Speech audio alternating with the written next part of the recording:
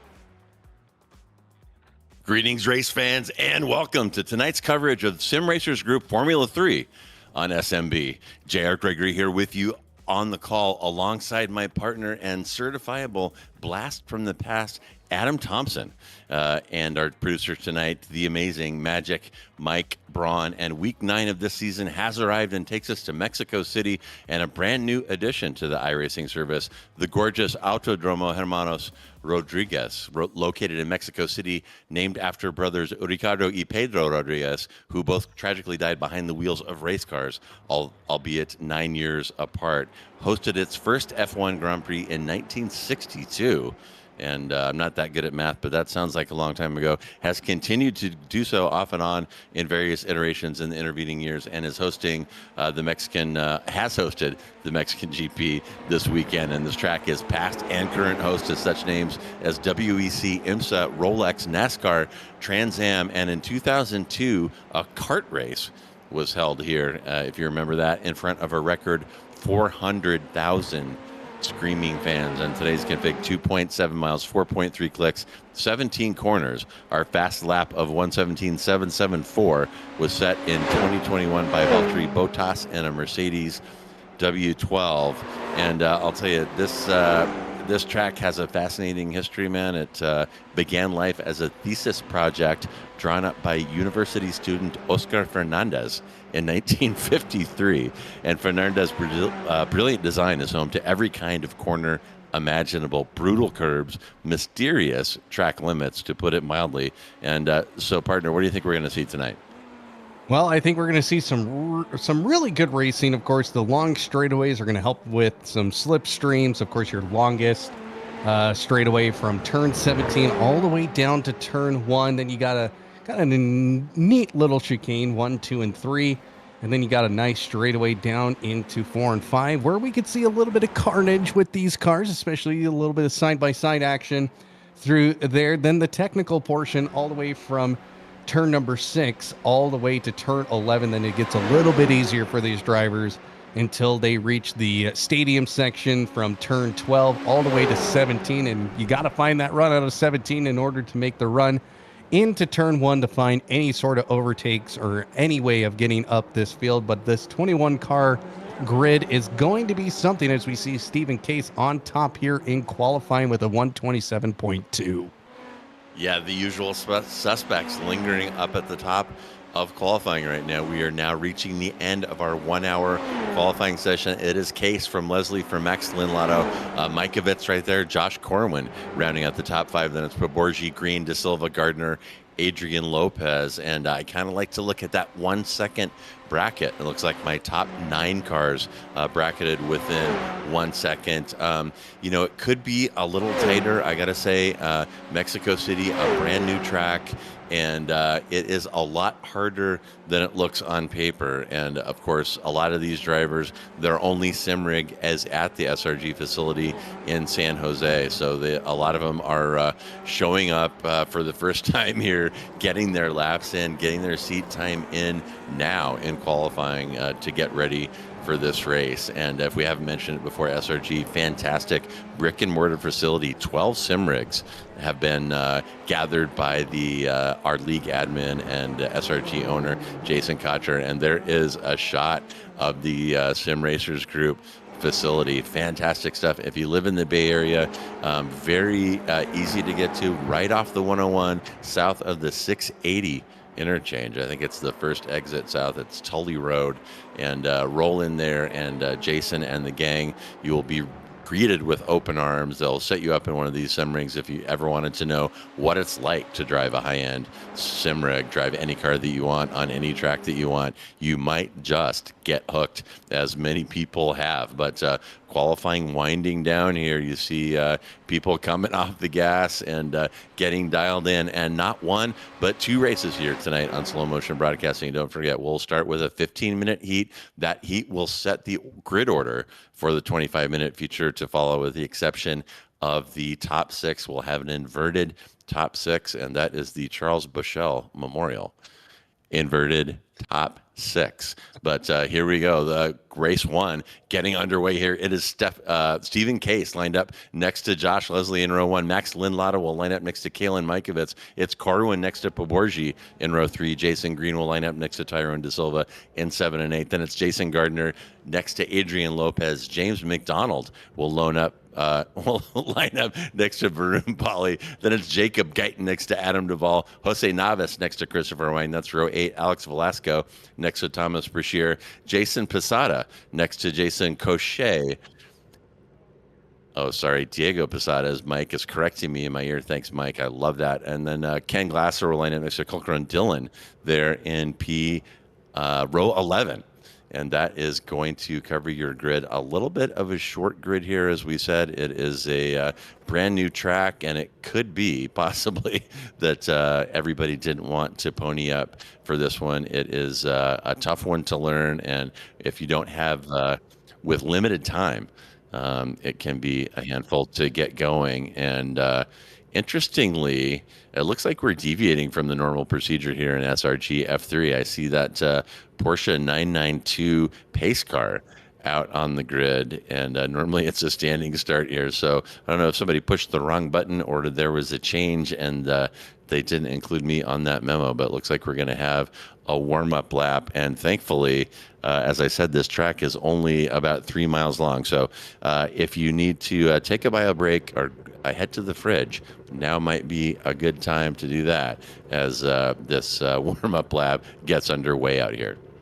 Well, if we could bring up that graphic with the temperatures on it, saw some noticeable things. Winds being blown about 9 miles per hour, so not very strong winds.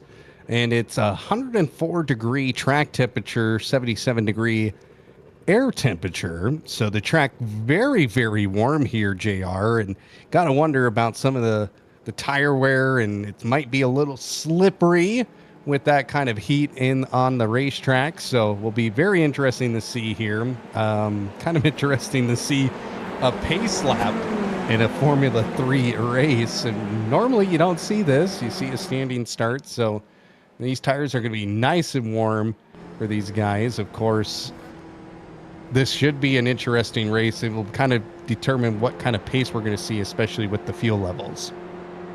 Yeah, very interesting stuff, and you're 100% right about tire wear. It definitely a thing in these F3 cars. You would think that, and then we have a kerfuffle on the pace lap, and everybody loves to be that guy.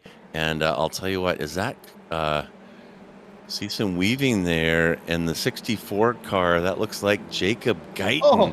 Weaving and taking a couple cars with him, and oh my gosh, Adam, I have not yet been convinced that weaving on the pace lap does a damn thing in iRacing.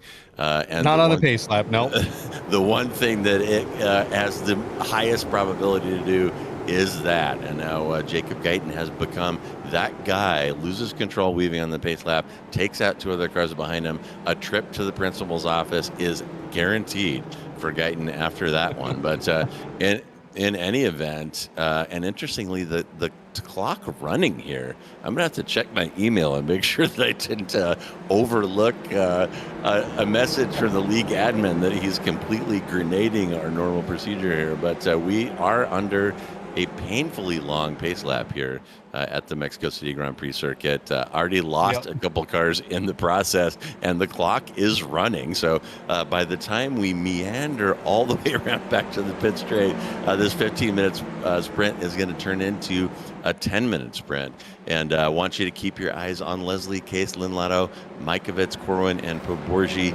Jason Green there lingering in P7. And don't forget, P6 is going to be the sweet spot in this race if you want pole for the feature. And there are a couple drivers that are kind of in good position to take a crack at that. Certainly Poborgi, Corwin, Jason Green. But the lights are off on that Porsche 991 pace car, as you see it dive into the pits. And we haven't seen this setup before. I don't know if the green flag is waving, and there it is. And looks like Case is going to get away pretty well here. That is Leslie peeking down the inside of turn 1 with Lynn Lotto to his left. And this, I told you it was a graduate student from about 50 years ago. This is diabolical. The design of these first couple corners, 1, 2, and 3, you can have the inside move done, but guess what happens right after that? Your opponent has the inside into turn 2, and very hard to get that turn 1 move pass done because of that. And so far, so good. Tip of the hat to these cars with warmed up tires getting through that first very, very difficult complex off the start in Mexico City. Well, and then, of course, the diabolical turns continue because you see Max Lynn Lotto. He's under pressure here from Josh Leslie. Leslie hanging it around the outside, but Lynn Lotto keeps it on the inside this time as they start to fall through the technical portion of the racetrack. And now Josh Leslie gets back into second, but goes off the racetrack. That's going to cost him a little bit there to hold that position. Now everybody's starting to file in single file as we are going to be skipping the stadium section and go right into what is formerly known as turn 16 and 17 down this straightaway here, with Stephen Case out in front by 2.5 seconds. Those tires are very warmed up here. Luckily, I've not seen any contact from anybody, but it got real sketchy there for just a couple of moments. My gosh, I should have pointed out this is the historic Mexico Grand Prix, and as Adam pointed out there, we dispense with the infield section there in front of the grandstands. Tragically, that is one of my favorite parts of this track, and the first time I saw those Formula One cars shooting through that hole underneath the grandstands, I knew that I had to make a trip down to Mexico City to catch a race here, but not getting that in this one. But right now up front, in this case from Linlato, from Leslie, and that has got to be a back marker up ahead. No, it's not. I'm sorry. Check that. That is Stephen Case driving the hell away, as Stephen Case does. 3 seconds now on lap 2 or 3. So Case throwing down the gauntlet. Case has the time and the skill to put in his practice and get fast, and he has got fast, and look at him go. Max Linlato has Leslie about 0.8 gap behind. Looks like Mikovits has picked up a meatball. We'll go back and see if we can figure out what happened to Mikovits, but Mikovits is going to be heading down pit lane at a very inopportune time in this shortened, well, maybe it's not shortened. I'm only showing coming up on 3 minutes right now, but Mikovits, a challenger for the championship, really needed something good to happen here, and his race is definitely taking a turn for the worse, as he is owed a pit stop right now. Gardner was involved here, dives it down the inside, and bam! Completely destroyed race car, no rear wing. iRacing Damage Model saying, I'm going to give you at least your nose back. But I don't know if he just lost the brakes or what happened there. And Mikovits now coming into the pits to get his meatball cleared up. But yeah, that was an unfortunate event there for Isaac Gardner in the Lego car. Mikovits and, well, actually, Mikovits is about a cool customer as you will meet. I got a chance to meet him at the in-house Enduro over the summer down at Sim Racers Group in San Jose. But his fans irate right now. Mikovits absolutely getting speared, and Isaac Gardner, a new participant here in SRG F3. This is his first time out, and you hate to see that a brand new driver on their first time out absolutely lawn dart into the side of Mikovits, and that will send Mikovits both into the pits for repairs and send Mikovits down 17 positions back down into P21. So Mikovits, a challenger for the championship here, just getting obliterated by Gardner right there, and that is tough stuff. And I can just see the steam coming up from the Mikovits fans watching this one. But meanwhile, up front, where things are a little cooler, calmer, and more collected, it's Case from Linlato, from Josh Leslie, then it's Paborgi, Corwin, and Lopez. And Lopez right now maybe will hang on to that P6, which is going to be P1 in the future. But he's getting challenged right now on the inside by Tyrone De Silva into turn 1. But as I told you, making that turn 1 pass stick right here, problematic. And here is why, because De Silva will have the inside lane into the next corner, and bang, there we go. Just not able to make that one stick. And you see that over and over again out here. And I'll tell you, I love that little bit of history. That creation of this racetrack was done as somebody's master's thesis in school. Fantastic stuff. Well, and you just saw there a little bit of glidey happening through these corners, which really suggests that track is very warm. These tires not happy with the way that this racetrack has really warmed up. 104-degree track temperature. So you got to be careful, especially through these S corners. So it's 113. It's cooled off by a degree, but still 114 degrees. It is so hot on this racetrack that the tires, they're going to be begging for mercy by the time a 15-minute race is done. I can't imagine what it's going to be like in the future when we have a 25-minute race. Yeah, and we talk about the tire witching hour for the future. Anytime from about 15 minutes in, that being 10 minutes remaining in that 25-minute feature, the tire witching hour starts, and the drivers who have not taken care of their tires are very quickly exposed. Most often they're washing out on entry because they've overheated and burned off those front tires. And yeah, absolutely, it is brutal track temperatures out here. It is back up to about 115. You see the track get bright a little bit. The drivers, I think, had a little bit of a respite from a passing cloud, but that cloud is gone. It is only noon right now in sim time in Mexico City, and the track is only going to get hotter. Well, as we see single file racing at this point, as we're looking at Adam Duvall in the number 13 machine, trying to catch up to Adrian Lopez, who was just passed by Tyrone De Silva. And De Silva starting the drive away in that P6 position, has 1.8 seconds up to Joshua Corwin in the number 37 machine. And right now, not a lot of action happening on the racetrack except for Velasco in the number 777, 3/10 behind. There is Jacob Guyton, who right now getting a good run on Diego Posada. Now they're going to go down into what is formerly 16 and 17. I don't have a track map of that to tell me exactly what turn numbers those are.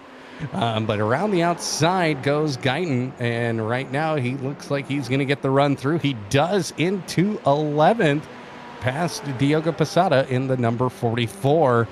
Let's see, but he's going to have that slipstream, Posada will, down into turn one, a potential move coming right back as we see action further back behind these two. We're only 8 minutes into this 15-minute race here, JR, and we got a spinner behind him. Yeah, and just when things were looking smooth, a cloud of smoke and some body work there. Dylan had a little bit of help there on that entry to turn one. Looks like he got that tap by Chris Wang, and those cars are right on the limit. Maximum braking coming off of that pit straight, and Wang thought he saw a 100 board. It was really a 200 board, and bang, Dylan goes for a ride there. Definitely some damage is going to come out of that one, but taking another look at Jacob Guyton right here, and we'll hop back with Jason Green and James McDonald in that battle for P9. And Green, unaccustomed to running this far back, frankly. Green usually at the pointy end of the grid, so Green has got his work cut out for him here, and he's going to try to give McDonald something to do here. And I'm kind of liking, I said before I like that stadium section, but I kind of like this layout to getting a really good fast run out of that last corner under the pit straight. And I bet these F3 cars are running out of gears and hitting the rev limiter by the time they get all the way down to the end of this long straightaway and into turn one. Going back up to P3 here, Josh Leslie is very close. Here's a move down the inside of turn one. Sorry, I just pulled an F1 there. But Josh Leslie right there on Max Linlato, trying to put on the pressure as time is starting to tick away.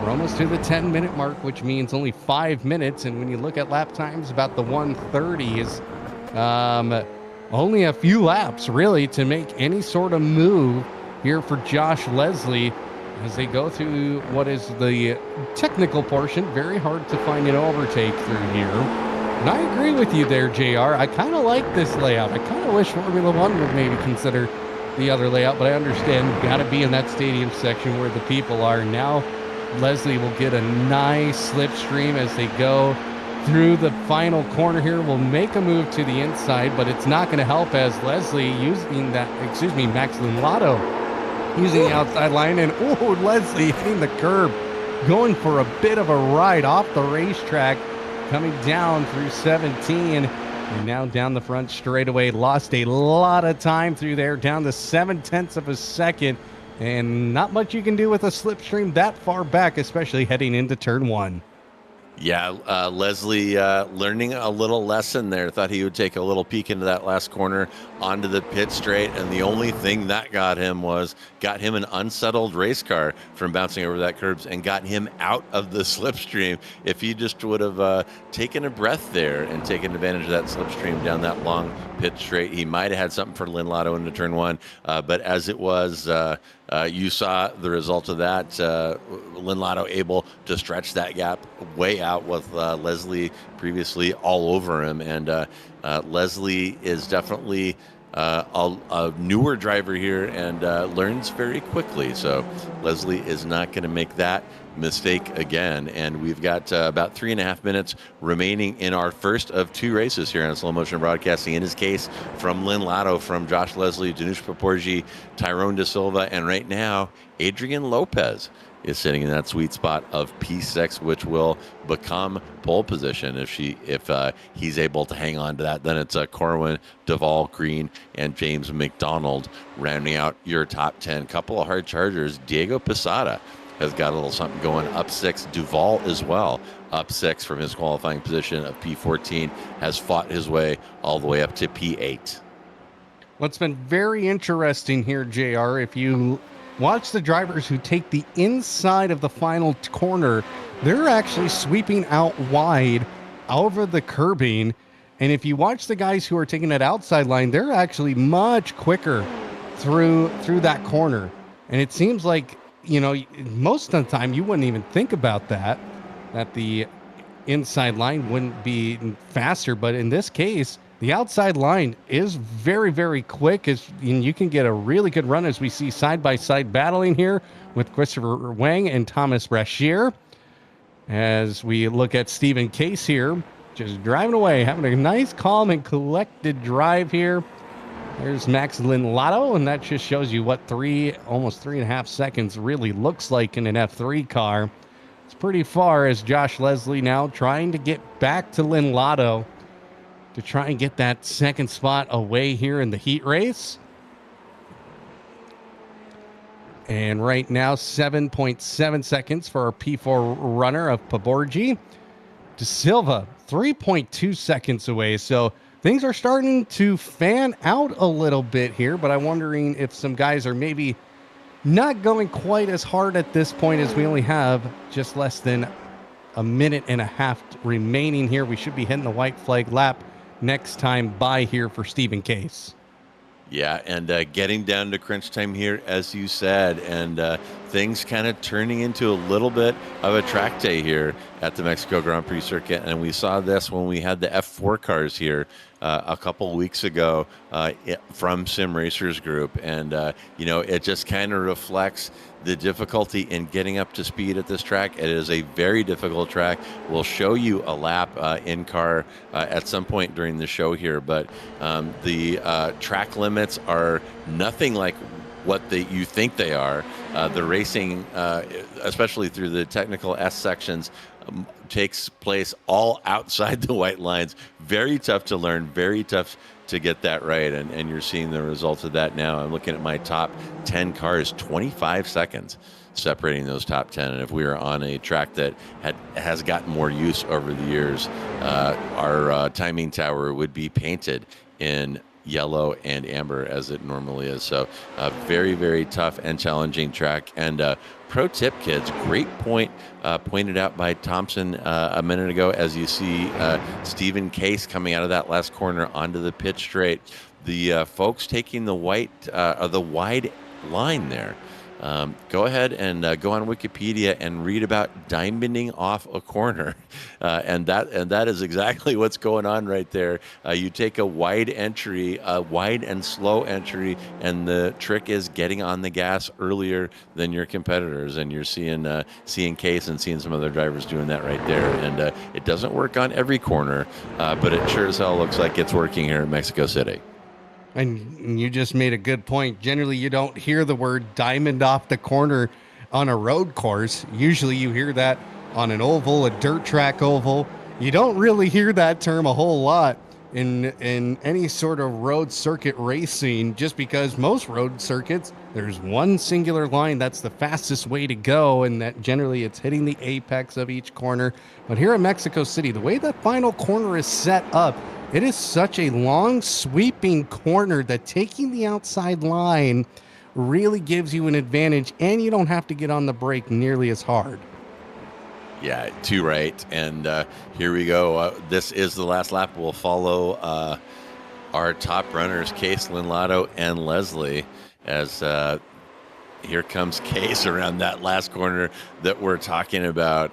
And Case showing his dominance again. That is a 3-second gap that Case has laid down to Max Linlato, then Josh Leslie, Danush Poborji, Tyrone De Silva. We get you to P5, and Adrian Lopez is going to land in that sweet spot of P6. He will have the pole in the feature as the cars continue to come across. Corwin and Duvall coming across here. Then it's going to be Jason Green, James McDonald. He's got Guyton for company there, and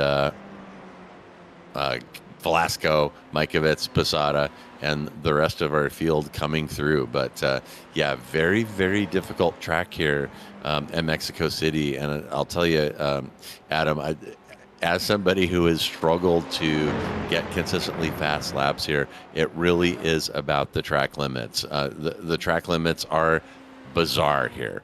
Some of the racing line is not only outside the white lines, but through the grass. And if you show up here not knowing that, you're going to get smoked by people who do. And I'm here to tell you, Steve and Case do know that stuff.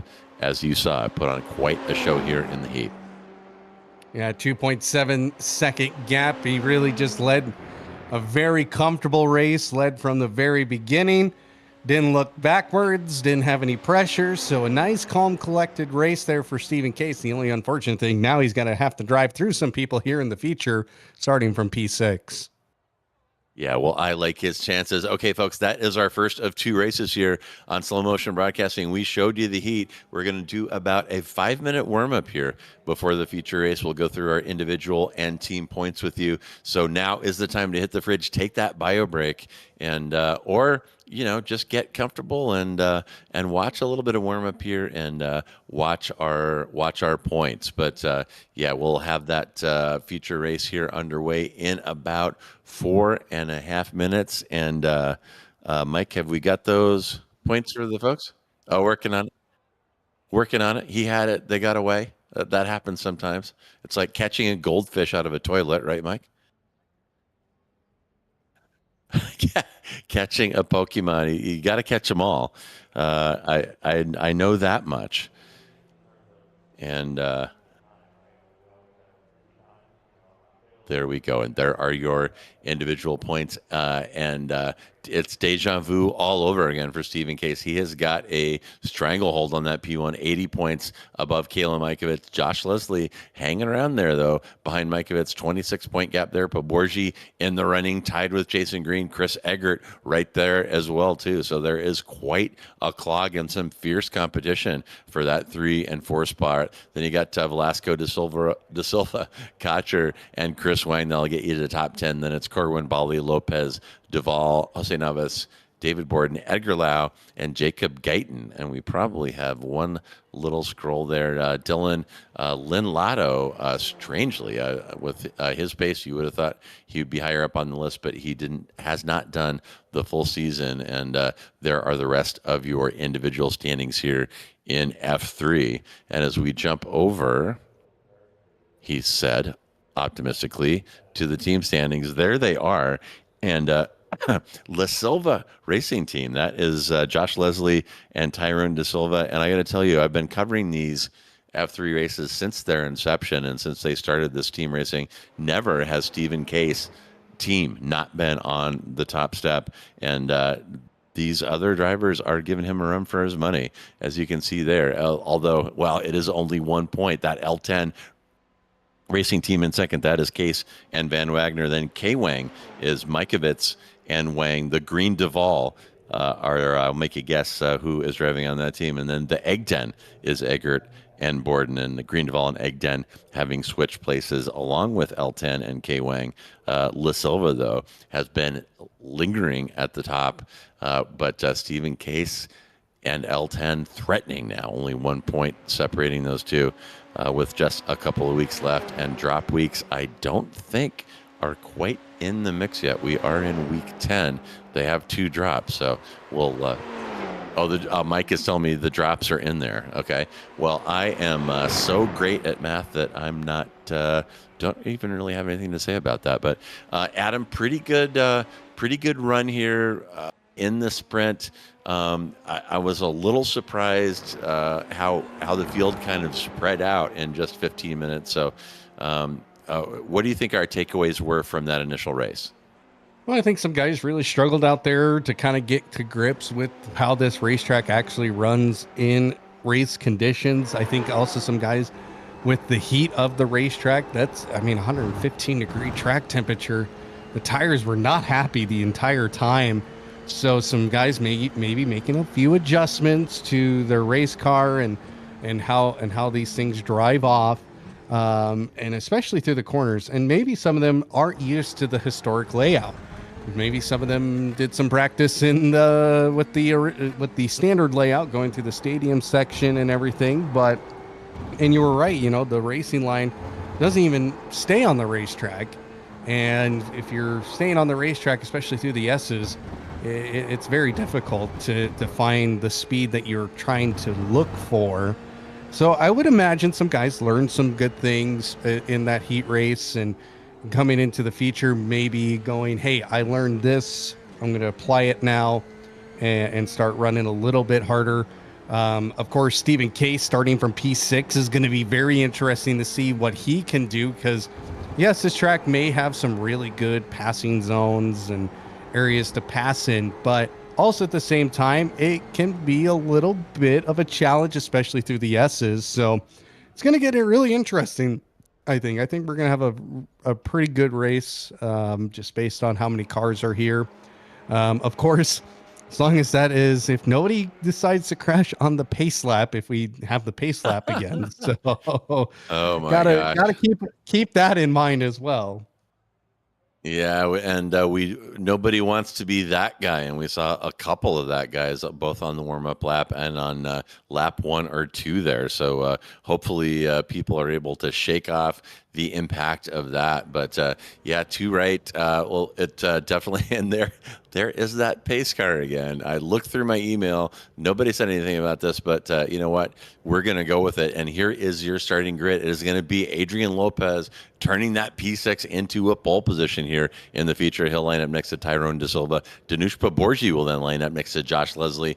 In row 3, it is Max Linlato next to Stephen Case. And by the way, will Case push his way up to P1 in 25 minutes? I have got 1 peso that says that is going to happen. Joshua Corwin will line up next to Adam Duvall. Then it's Jason Green next to James McDonald. Jacob Guyton will line up in P11 next to Alex Velasco in 12. Then it's Kalen Mikovits after getting absolutely lawn darted there by newcomer Isaac Gardner, is going to have to fight his way up from P13. Mikovits, a championship contender, has had some bad luck a couple weeks in a row. He'll line up next to Posada. Jason Cotcher will line up next to Christopher Wang. Then it's Brashear next to Jose Navas.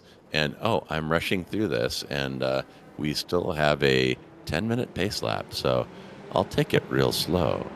For the last couple, we got Ken Glasser. We'll do NPR style. Ken Glasser will line up next to Cochran Dillon in row 10. And then in P21 and 22 finds Varun Bali and Jason Gardner. I've done that twice. Why the hell is that Jason to me? I have no idea. Isaac Gardner. For a second there, I thought we were getting to JR After Dark here all of a sudden. Oh, no. That costs extra. Subscription only for JR After Dark. But here we go. The pace lap of mystery underway here. And I will say one thing, Adam, after watching the start, it is a very, very difficult start here in Mexico City, coming off of that pit straight into that difficult 1, 2, and 3 complex.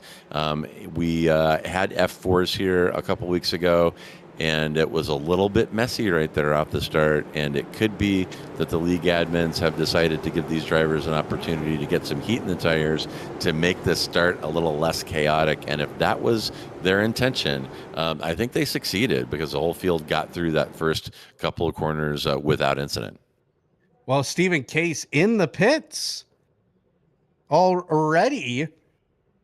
Not sure if an incident happened, or I don't think he gridded up, to be honest. So he is going to start from the very, very back instead of starting from his P6 position here.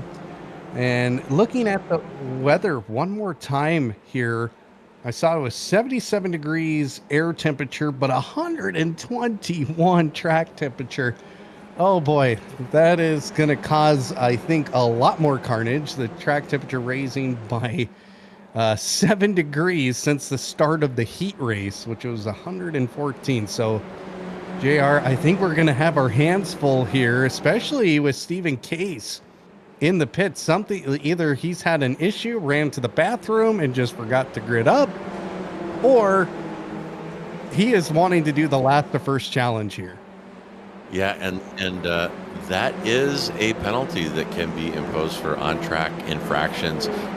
Case may have picked up a penalty at the last race at Bathurst. I don't know. It is definitely would not be like him to do that by accident. But here we go. The green flag is in the air as Lopez leads them across the lane. It's Lopez from De Silva, from Poborgi, from Leslie, from Lynn Lato. That is your top 5, and some massive shoveling coming on. Here comes Stephen Case, and he will enter a target-rich environment here. And timing and scoring showing him 2 laps down because of the pace lap. And I'm even if that was a penalty on Case, I can't imagine that was the outcome that was intended, to make it completely impossible for him to succeed in this one. Weird stuff here in Mexico, and a couple of off tracks. You see those yellow flags there on our timing tower. So Gardner picking up a slowdown, Case picking up a slowdown as well. On board right now with Cooker and Dillon as we enter that tough oof. And he gets punted by the number 24 car. Or no, that was Dillon, the offender there. Not sure who he turned, but some hard contact from behind. Are we going to get it right now? Is it Braun Bali who gets the unwanted rear attention, I'm going to call it, there into turn 2. And right as I was saying that we had a pretty good start in the first race, things get ugly in that 1, 2, 3 complex right off the bat here at Adam. Well, you got to remember that Stephen Case not being in the race, that means we could get a surprise winner here with Adrian Lopez a half a second out in front of De Silva. Here's Max Lynn-Lotto. He's not making up any ground. He's still in P5, going to get this nice slipstream all the way down into turn 1 right behind Poborgi, and now switches to the outside. He's just trying to find anything to get him closer to this battle ongoing. Josh Leslie trying to go around the outside, can't get the move done. Here they go through turns 2 and 3, and look at Max Lotto now. That worked out beautifully for him, because now he's right on the tailpipe of Poborgi as we go down into turns 4, 5, and 6. And again, very technical. Gotta make your move kind of a little bit of a better decision. Oh, and you see the wheel man that Max Lotto can be just got way out of shape and just had to settle himself down. But that's also probably due to the track temperature, and those rear tires, they are crying for help, crying for mercy. They can't believe how hot this racetrack is, as Max Lotto trying to get closer to Poborgi, as Poborgi makes a big mistake there through the S's. Alongside goes Max Lotto as we are riding on board here down into the final corner. He'll have the inside though, and Poborgi does not take advantage of that outside line, and Max Lotto has now moved up to P4. Yeah, Max makes that one stick really really well. And I told you during the intro that knowing the true line through those S's and knowing what the track limits are so critical here at Mexico City. It can add massive chunks of time. And when I told you that part of the racing line, inbounds racing line, was through the grass, I was not kidding. So if you're not in the grass on every lap, you're leaving time on the track, and that may have been what allowed Lynn Lotto to catch Danush Poborji right there. But yeah, good point too about Stephen Case not being out there and that opening the door to a lot of drivers. And I'm just looking up and down that top 10. Mikovits could win this one. Adam Duvall could win it. Jason Green, Corwin, Poborji, Lynn Lotto, Leslie, De Silva, your current leader, Lopez. So many people have massive opportunity. And oh my goodness, that is some kind of jinx. I say Case's name. He spits the nose off of his car. And let's see what happened. We are in that 1-2-3 complex. Somebody checking up in front of him. That is Isaac Gardner doing a that guy double feature. Loses his nose, causes Case to check up and run into the back of him, and takes Case out of this one. So yikes. Tough start for Gardner, who has taken a tow.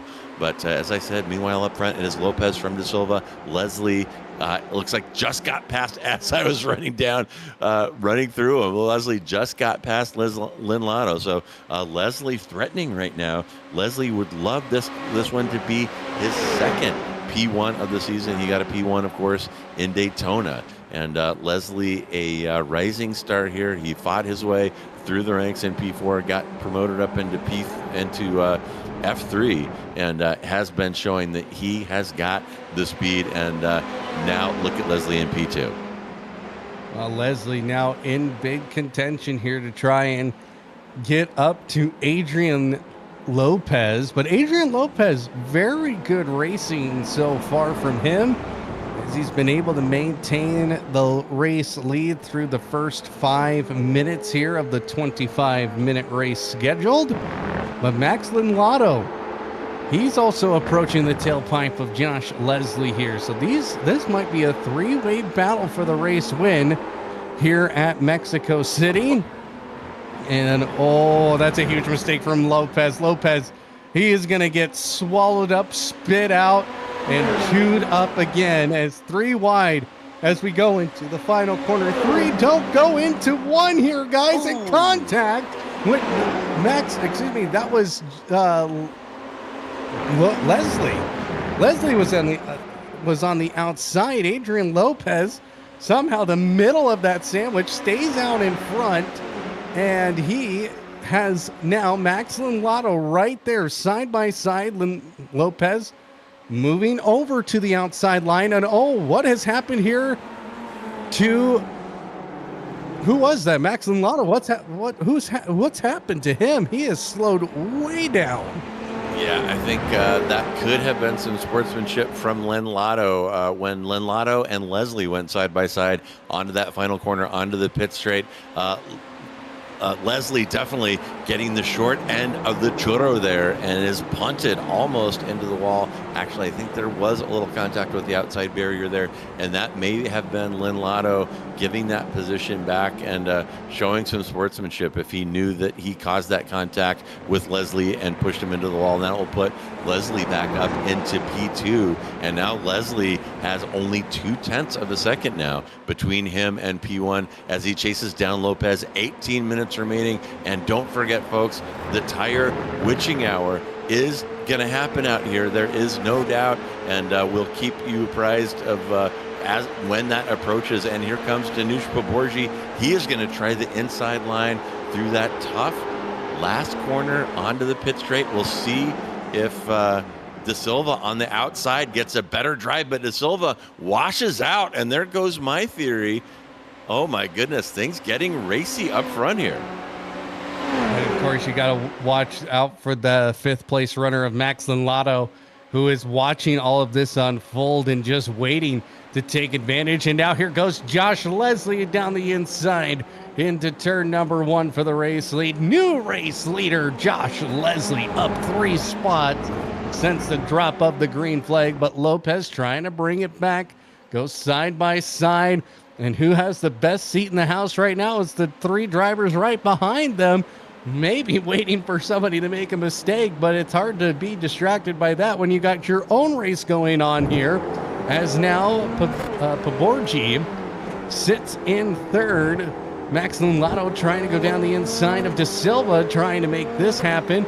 Can't make the run happen. That outside line through those complex of corners of 4, 5, and 6 usually tends to work out for the guy on the outside line out of turn number 6. But Max Lunlato's not giving up just yet. All these guys really would love to win this one, especially with Stephen Case out of this race. That is a huge storyline in this feature, that Stephen Case is no longer racing here tonight. Yeah, absolutely is wild stuff as our camera follows Max Lunlato currently sitting in P5. And why might we be interested in Lunlato? Well, I'll tell you why. He's one of 2 drivers who has broken the 128 barrier. And as I say that, now it's 3 because Mikovits has joined it, and Mikovits has thrown down the fast lap of the race, currently sitting in P6, up 7. But Mikovits has thrown down a 128.323. Aside from Mikovits, it's Lunlato with a 128.4 and Leslie with a 128.8. So until I started talking about it and Mikovits came across the line, Lunlato was the fast man on track and has got gads of time and a 1/10 gap ahead to get one more position right now with, 15 minutes remaining in this one. And there you go. Lunlato gets that one done. His next target is going to be Danush Poborgi, and he doesn't have far to go there. He's got about 1.3 seconds, and his last time around, let me just look at fast laps. His fast lap is almost a half a second ahead of Poborgi. So plenty of time, plenty of skill here, and it'll be very interesting to see what kind of push Lunlato can make, and can he catch Leslie down the stretch. Well, really, we got to keep our eyes on Kalen Mikovits here, as he has 2.7 seconds up to De Silva. And that is going to be something that we got to keep our eye on that gap. You know, the championship's still alive for him in that 76 machine, but he's got to really start pushing here to take advantage, especially with Stephen Case out of this. But he's got some guys behind him. He's got Jason Green, Joshua Corwin, Adam Duvall, Alex Velasco, and all of this is just really going to start forming up here. But as you said, the tire witching hour, that is fast approaching here, as we are over 10 minutes into this one, as Josh Leslie going over the sausage curbing there through turns 1, 2, and 3. And that doesn't really slow him down, though, almost pulling out a second over Adrian Lopez. But single file 1, 2, 3, 4, and 5. And then you got the second really pack of that, which starts with Mikovits and Jason Green. It's going to get very interesting here to see who has really saved their tires, and it's going to really hit after that 15-minute mark. Yeah, absolutely the case. And pro tip, kids, you saw Josh Leslie bounding over those yellow anti-cut curbs in that 1, 2, 3 complex. And if you're a GT3 driver, go for it. Get 4 wheels off the ground, say yeehaw, wave your hat out the window. That is all awesome stuff. But I'll tell you what, these F3 cars can be damaged by banging over those anti-cut curbs. We've seen end plate damage, wing damage, and floor damage come out of that. So everybody needs to take a breath here. It's hard to fight off the red mist. It's tempting to cut those corners because they're not off tracks. This track invites you to bang over those anti-cut curbs and not penalize you for it. But physics can penalize you for it. And here comes Lunlato going down the inside of Poborgi. Does he have a twofer here? He's sniffing around Lopez as well in the 007 car, last of the late breakers, and it is Lunlato versus Poborgi through turn 1 and turn 2. And I told you, there it is, that design of this track. You can beat your man across turn 1, and they'll get you right back in turn 2. Poborgi making that work for him to hang on right there, but lots of time left, 13 minutes remaining, and Lunlato is feeling racy. Well, Lunlato, he is right there sniffing the tailpipe of Poborgi, and Poborgi trying to fight back on the outside this time, but I think Max Lunlato, yep, he'll slide right in front of Poborgi, take that third spot away. Max Lunlato back on the podium here now as we hit the 13-minute mark here of 25 minutes scheduled around the Mexico City Grand Prix circuit. I'm not going to try and say it because my Spanish is not that good compared to JR's, who really studied up for that race, for this race here tonight. I was thrown in here last minute, so I didn't have an opportunity to practice and refresh my Spanish through here. But again, through the final corner here, and it's going to be very interesting as the tires really start to wear off at this point, how that final corner is going to change for some of these drivers. Are they going to try and maybe get up alongside the wall here? We saw it just a lap ago where drivers were trying to fight for the outside line. And, you know, that just tells you the nature of the circuit is now Tyrone De Silva looking down the inside if Paborgi doesn't get it done. Ends up staying right behind, maybe waiting for another opportunity down the second straightaway. My, oh my, and is that slipstream going to work out here in Mexico City? That long pit straight is just sucking these cars together madly. It's almost like having DRS or push to pass button, the way those gaps close down. If you can just come out of the final corner within 0.6, 0.5 of the car in front of you, you are going to be right on their tail on the entry to turn one, and then you kind of have to decide what to do. The defending car has to decide whether to cover the inside or make the car behind try the tough move, or will they play defense and make the attacker go outside. And really tough decisions on every lap. And as I said, really a great track design here, that 1-2-3 combination. But here we are. Mike, one of these days I got to get a sound effect for the tire witching hour, aside from Coyle like going woo, which he did a couple times. And wait a minute, Tyrone De Silva, I was just talking about the slipstream, and look at that as De Silva shoots past Paborgi. And will he make it stick? Last time, Paborgi was able to get that position back in turn 2. And De Silva, if he wants to hang on to this, is going to need to slam that door in his face right here. Bam!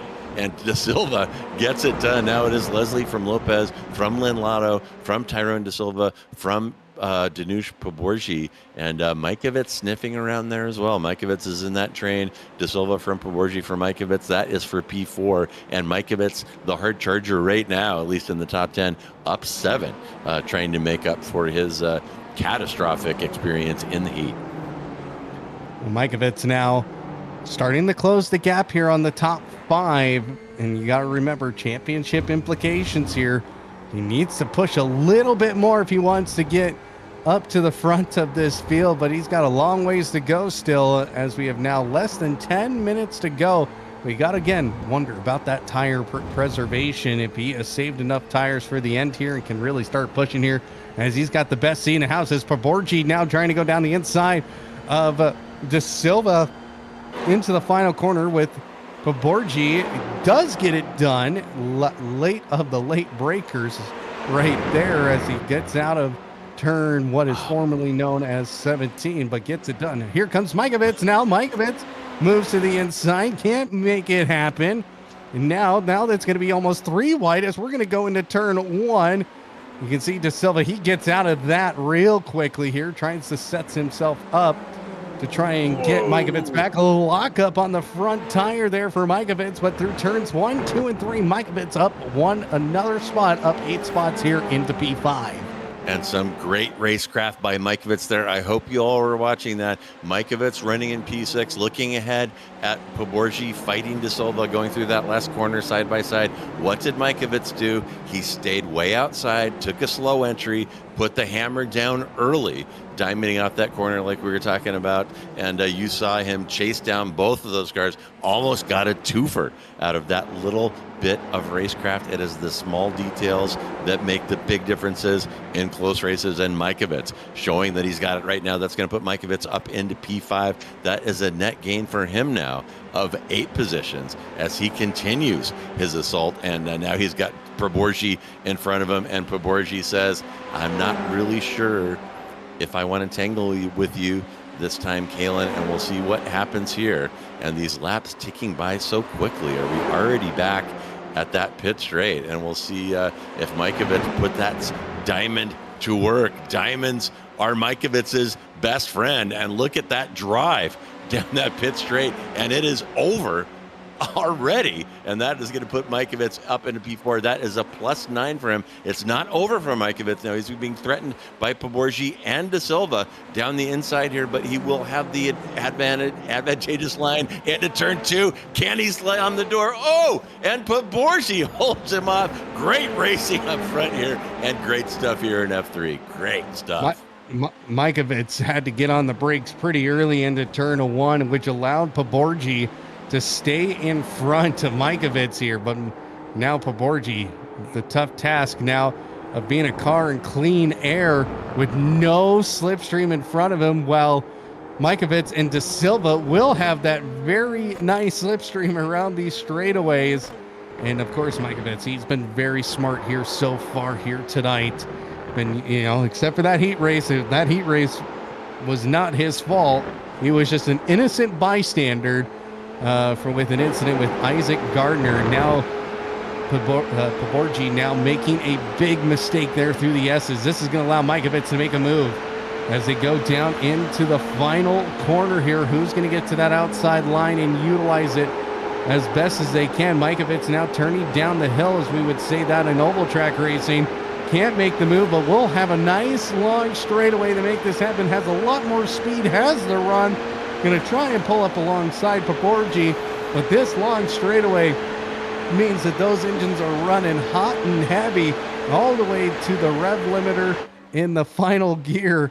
And now almost 3 wide as De Silva thought about making a move down the inside, but Poborji cuts that off, and Mikovits has to survive the fight another day. Going around the outside, but De Silva making a good move. And now who is this? Joshua Corwin has came out of absolutely nowhere, and we have a 3-way battle here for the top 5. And Mikovits, 3 positions lost right there in a third of a lap.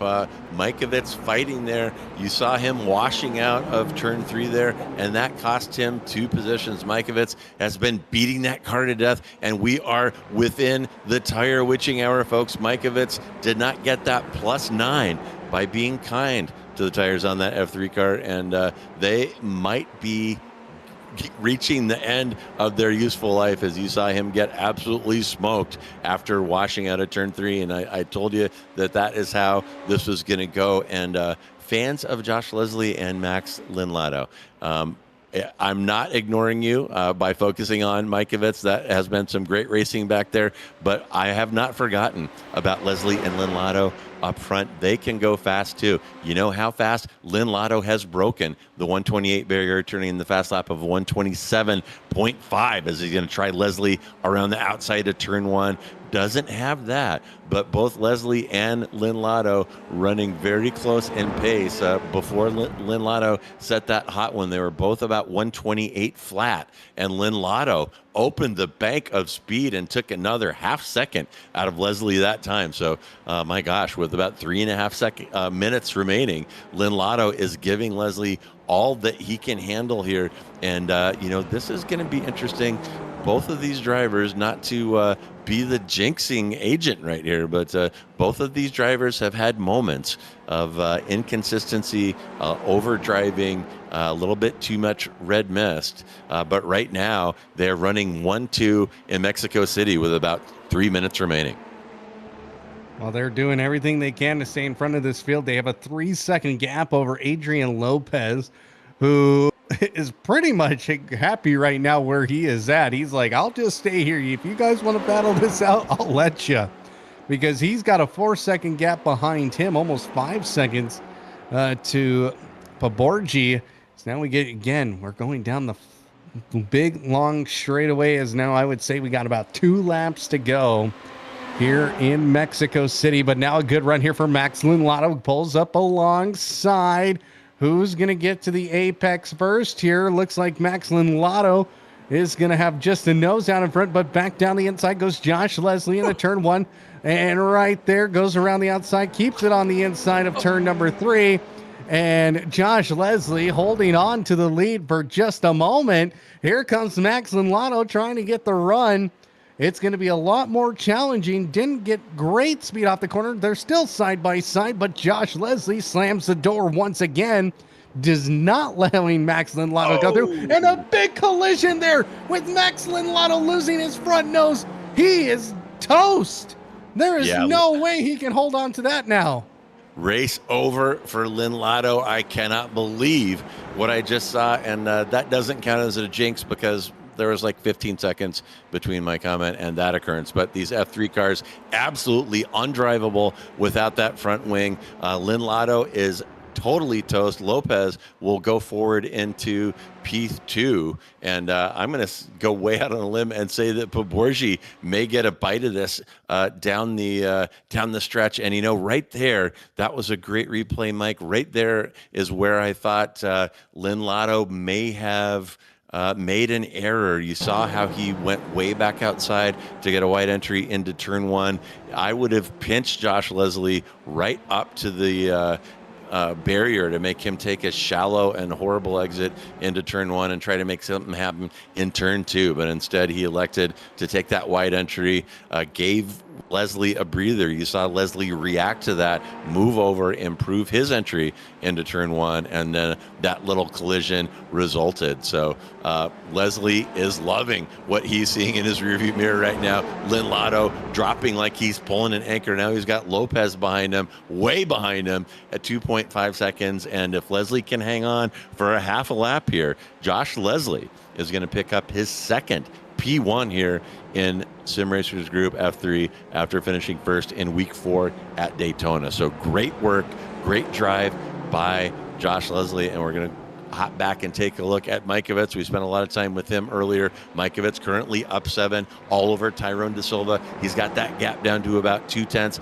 behind Mikovits. Corwin is hanging around by 0.9. Jason Green about 0.8. And Mikovits has lit the wick right here. He knows that this is his chance. He needs every point that he can get. Has had some bad luck the last couple races, but needs to make something happen. And here comes Josh Leslie. Celebration for Josh and for the fans of Josh Leslie, of which I know there are many. Josh Leslie will win in Mexico, followed by Adrian Lopez. Max Lindlato will round out the podium. Then it's Poborgi, De Silva. Mikovits can't quite get through. De Silva is going to come across in P6. Then it's Corwin, Jason Green, Adam Duvall, and Alex Velasco rounding out your top 10.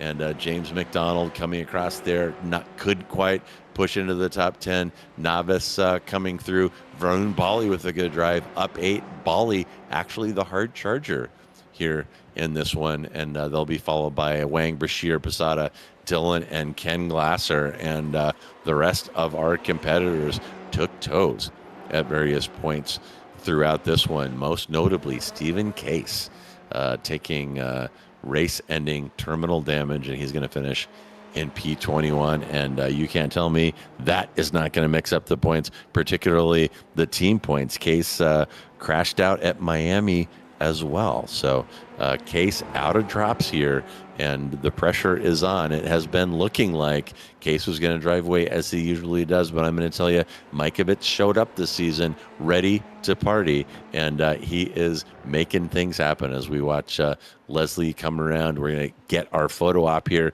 in just a second. It's going to be Leslie, Lopez, and Lindlato lining up on start-finish, giving us our traditional Formula 3 photo opportunity on start-finish. But what a fantastic race, Adam. Aren't you glad you stopped by? Oh, man, that was a great race compared to what the heat race was. You know, the heat race got spread out towards the end, and, you know, it kind of gave us a preview of what this 25-minute race was going to look like. But some things were turned upside down. Stephen Case not starting the race, had to start in the pit lane. Adrian Lopez holding on to the race lead as long as he did. Unfortunately, Josh Leslie beating the one who ended up ending that run. And then, of course, the contact between Leslie and Lindlato. I mean, there was just so much that happened in that feature. And, you know, and like I said, I think a lot of guys learned some stuff in that heat race and kind of took a little bit more of an understanding how this track is. And it really produced something very, very fun and very fun to commentate on. And I think that'll be one that a lot of guys are going to look back on and go, that was a pretty fun race, and probably review some things and see what they could do better next time.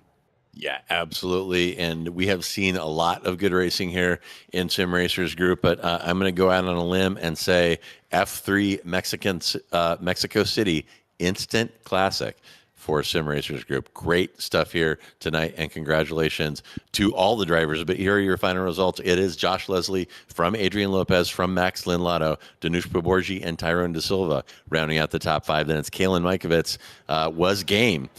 Fighting back from his mishap early, but could not quite get into the top five. Then it's Joshua Corrin, Jason Green, Adam Duvall, and Alex Velasco will get you to the top 10. That will be followed by James McDonald, Jose Navas, Varun Bali, Christopher Wang, Thomas Brashear, Diego Posada, Kulkaran Dillon, and Ken Glasser, and one more Scrolio. And we're getting into the cars that have already been loaded under their transporters and are probably on their way back to the shop. Guyton, Cotcher, Stephen Case, and Isaac Gardner in his inauspicious debut here in Formula 3. So, man, oh man, fantastic stuff out there today, though. And let me take a peek out into the green room, and it looks like we do have a couple of our competitors out there, and we'll go ahead and start with your winner, Josh Leslie. Josh, fantastic drive out there today. Absolutely fantastic. You started in P5. You had to get your work done. You had to make some legit passes, and you had to put up with a relentless attack from Linlato, and really showed maturity, really showed patience and racecraft out there, and really like to congratulate you on an outstanding drive out here. So why don't you tell me a little bit about how that race was for you? That race was really good for me. It was really hot outside. The track temp was crazy. It was really slippery out there. It was nice getting some passing practice in, and like at the end when Max started catching me, I just had to keep my head down and defend, and then at the end, a couple of taps happened there. I think Max lost his front nose, but I think in the end it's all good. Yeah, absolutely. And Linlato pressuring you a little bit from behind, washed out into, I think, that first corner off of the pit straight. And just that little smooch was enough to get him to eject that front body work, and that knocked him down into P3. But yeah, man, outstanding driving out there today. And it's been such a pleasure, Josh. We have watched you really develop, and Sim Racers Group runs developmental leagues here. We've watched you develop through F4, become a dominant force. We've watched you get a little bit of a shaky start in F3, but then you got your feet under you. You've now won twice here this year, and you really showed some outstanding driving here today. So I really want to congratulate you for that. And as we wrap up, is there anyone you would like to thank or give a shout out to today? Yeah, I'd like to thank everyone watching and my mom and dad for supporting me. I also like to thank you for supporting me and commentating on my driving. Thank you for that. Yeah, absolutely. It is my pleasure, Josh, and look forward to many more races with Josh Leslie fighting up front as you did tonight. So thanks for stopping by and sharing your thoughts with us, and we'll talk to you real soon. Yeah, see you next week. Okay, cheers. All right, that was your winner, Josh Leslie, and let's see who else we have up here. Why don't we go ahead and bring in Adrian Lopez, who picked up that P3, let's say, by a nose. But Yeah, that's all you, Adam. All right. First off, Adrian, good job leading that race today. Just unfortunate there that Josh Leslie got by you, but just talk about just how that race went for you from the heat to the feature. Yeah, the heat race was kind of just up in the air. Wasn't sure how I'd perform on here. We noticed the temperature going up, so now tires are going to be an issue, especially for the feature. So I'm just trying to pick a little bit later apexes, try to be a little bit more wider in some of the turns, save the tires just to see how it feels. But I was really trying to hunt down Tyrone for the longest time in the sprint. But I just couldn't do it. But I totally forgot that the front of the pack gets flipped. So when I saw my name up on first, I went, "Oh no, I'm sorry, guys. If I spin, go around me." But yeah, no, I just tried to lock in and tried to play defense as much as I can. I knew everybody in like the next 10 places behind me had slightly better pace than me, so I just had to, push a little bit harder in the beginning where most people would be a little bit more scared because cold tires, heavy fuel. But I just had the confidence there and just try to defend. But Josh Leslie, he just made less mistakes. I made some missed apexes here and there, and the small mistakes start to add up. Well, we were talking about, the heat race. Obviously, some guys probably learning some things. Were you spending the heat race kind of just learning a little bit about this racetrack? Obviously, a much newer racetrack here on iRacing. So was that something you were focused on? Was just, hey, I'm going to learn a few things and then be able to apply that here in the feature to give you that confidence, or was it just you were just ready to go in the feature? No, I did some of that in the qualifying, actually. I was playing around with some different lines, as well as playing around with drafting some guys on the straights to see, like if I start a draft on, the front straight or the back straight, how much of a benefit it's going to give me. And if I'm, 1 or 2 tenths behind another car in the feature race, can I go for that move? Am I going to get enough draft to make that pass or not? So I was using qualifying to really gauge that for me. And that was actually a little bit of a tool I used to defend when Danush and Linlado were fighting behind me. I saw Linlado try to go for the inside, and I said, okay, let me now move myself over to you and give you a little bit of a draft. And then once I saw him get too much, I moved right back over to Danush and I said, no, now you get some draft, and now you guys fight on turn 1 behind me and slow each other down because I need to focus on Josh Leslie. Anybody you want to thank for the P2 finish here tonight? Just my lady for watching over the baby while I get to do this, and he gets to sleep peacefully and everyone's happy. Well, congratulations, Adrian, on a P2 finish. Yep, thank you guys. I hope I made a good show for you. Have a good night. Yeah, Adrian, absolutely part of a great show, as we're accustomed to seeing here on Sim Racers Group. But let's go ahead and bring in Max Linlado. And Max, the red mist was pumping. You were coming down to crunch time. You had Leslie exactly where you wanted him. Oh, I thought it was inevitable that you were going to make that pass into P1, and all it took was just the slightest little smooch. The nose comes off, and it is all over. But talk to us a little bit about Leslie's defense and what looked like some pretty clean, respectful driving going on between the two of you. Yeah, we went 3 wide into that final corner, halfway through the race, and I gave him a little tap. So, I think it was only fair that, I run into the back of him and take my wing out, So, but no, it was a great race, and I talked to him afterwards, and, we're both good and enjoyed the racing. So I think we're both happy with, how it turned out, especially for my commentator's curse I've been getting lately. So. Well, notably, I'm just going to say Dylan Coyle not present in the booth tonight. And I'm not saying anything, but I'm just saying. And speaking of that contact, I'm glad you brought that up. There was a little bit of contact coming out of that last corner onto the pit straight, pretty hard wheel-to-wheel contact that got you through Leslie. And then it looked like you slowed down quite a bit. Was that you giving that position back to Josh? Yeah, I squeezed it 3 wide.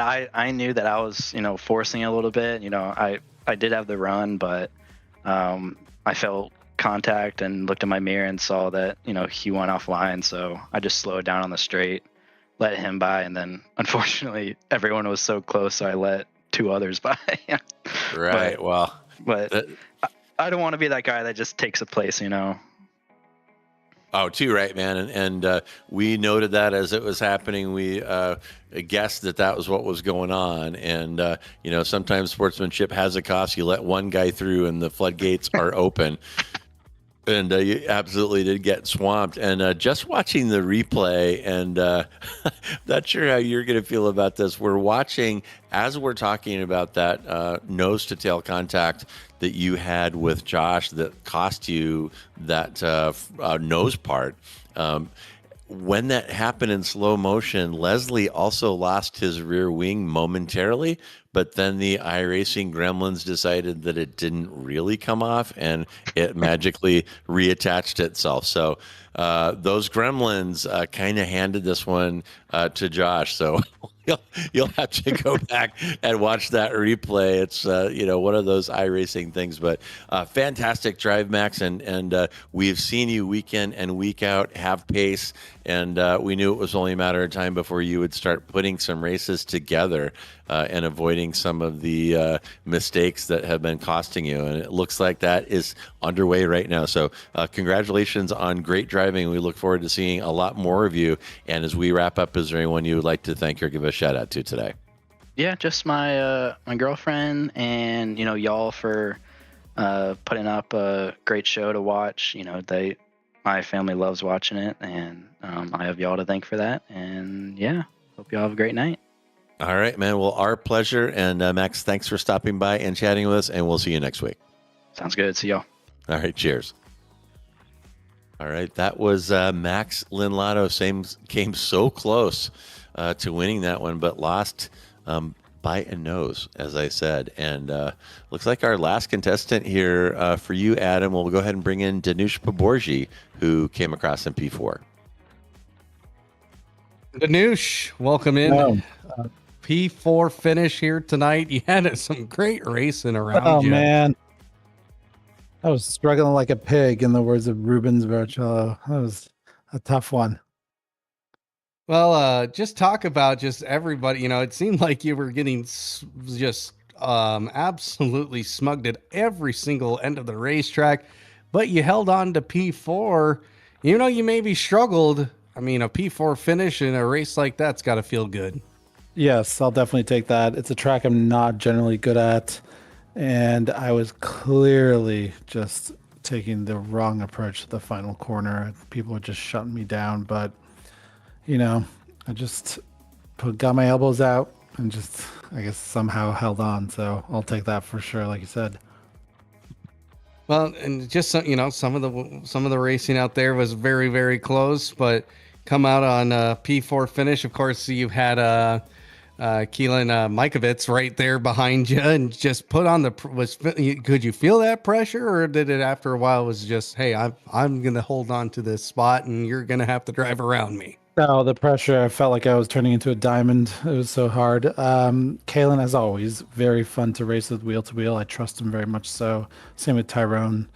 I think the standards have improved significantly. Well, not improved, but stayed very high, and has gotten even higher. So, yeah, I love going wheel to wheel with Kalen's fantastic. So it was great.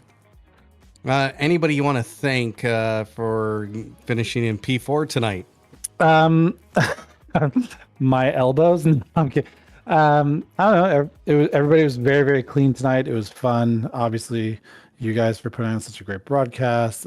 Cotcher, Jason Cotcher for the league, and all of my residency friends watching. So that's it. Thank you, guys. Well, congratulations on a P4, and we'll see you next time. Appreciate it. Thanks, guys. All right, that was Danush Paborji, who almost got a podium out of Lynn Lotto's body damage issues. But, folks, while you're sitting here watching slow motion broadcasting, I want you to go ahead and subscribe to SMB and hit that notification icon so that you don't miss any of the action. And I mean action. Saturday, Weekend Warrior Formula Vs will compete at Oulton Park. Then Sunday, a Weekend Warriors double feature will be back with Formula Ford at Navarra. Spec Racer Fords at the Green Hell. Also, XSLR will run GT3s at Spa next Tuesday. the AMS will drive across Dade County from Homestead to the Miami Grand Prix circuit. If you're looking for Mustang FR 500S parts, that might be a good place to hang around because they could be coming over the fence in that one. So don't miss it. And 1 week from tonight, more Formula 3 action at Silverstone. And man, oh man, what a fantastic race from Mexico City. Absolute barn burner, and I'm going to call it an instant classic. But thank you so much for joining us. I am J.R. Gregory on behalf of myself, Joshua Wilkie. Well, Josh, we'll put Josh in there. Why not? He pays the bills and keeps the lights on for us. Our producer, Mike Braun, and also Adam Thompson. And everyone else here at SMB, thank you so much for joining us. Enjoy the rest of your day wherever you are. And hang on, baby. Friday is coming.